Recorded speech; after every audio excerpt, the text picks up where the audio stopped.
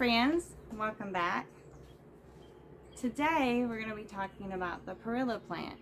The Perilla plant is a member of the mint family, and it can be used for many different things. It has medicinal uses as well as just culinary uses.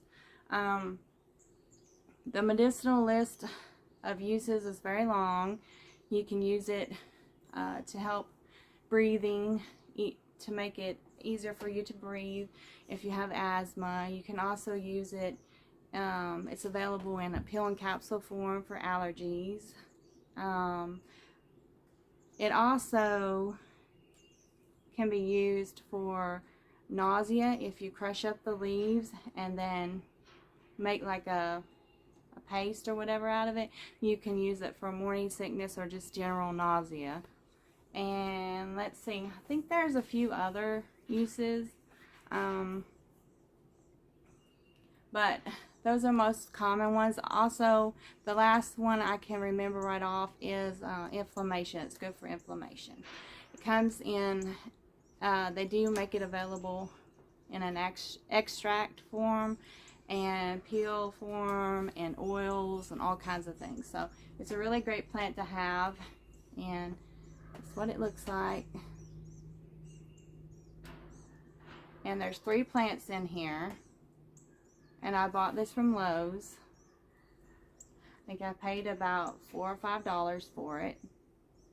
I have grown the purple version before, but not the green. I don't know if there's any difference between the two.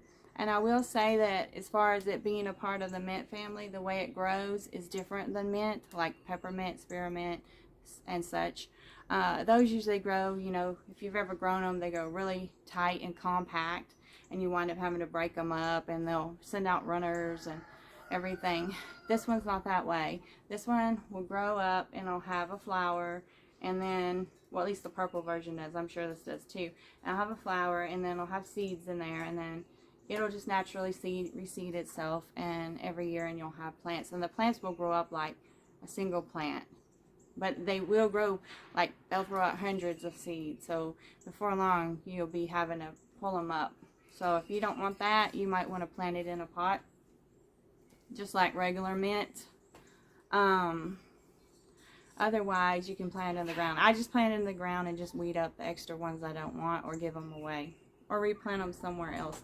It also is a natural bug deterrent. Like if you plant it near other plants you want to keep bugs away, it's supposed to do that as well. The purple version does do that. I'm not sure if I have any of the purple version in my new garden. My old garden I did, but we moved a couple years ago, and so I'm not sure if I still have the purple or not. That came from my father-in-law's garden. So anyways, that's what it looks like. It also goes by another name. I'm not going to try to pronounce it, but you can see it there. Okay. It's a beautiful plant. Big, luscious green leaves. The undersides are kind of purplish. Has a lot of little side leaves. And the taste is supposedly, for the green ones, is between like tastes like a basil or Asian, A-N-I-S-E. It's an Asian, not herb, but like seasoning or something. It's a seed. It's a seed pod, and they use it a lot for cooking soups. So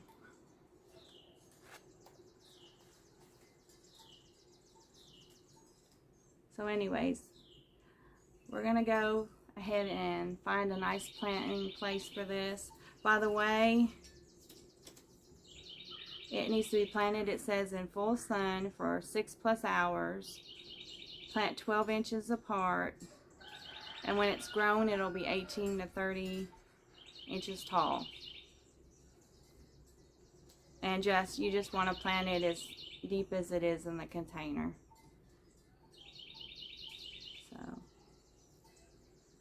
And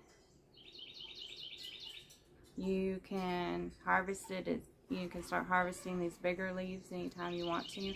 But I found in gardening, it's best is, and here's the tip, harvest the smaller leaves and try not to let your leaves get too big like this, because when they get bigger like this, they're tougher and harder to chew, and they're not as tender and taste as good.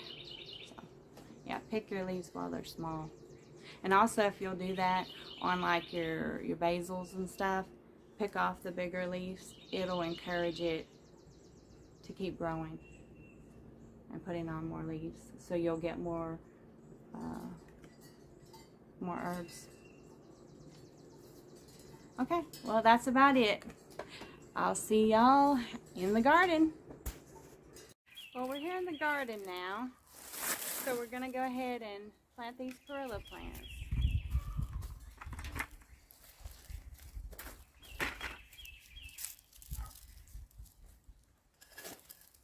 So first you want to clear your spot.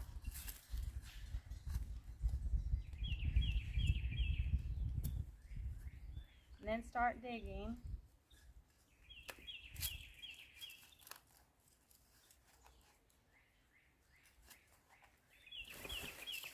What I like to do is go ahead and take my plants. If they have the roots growing out the bottom, just go ahead and pull those off. It'll make it easier to remove the plant from the pot.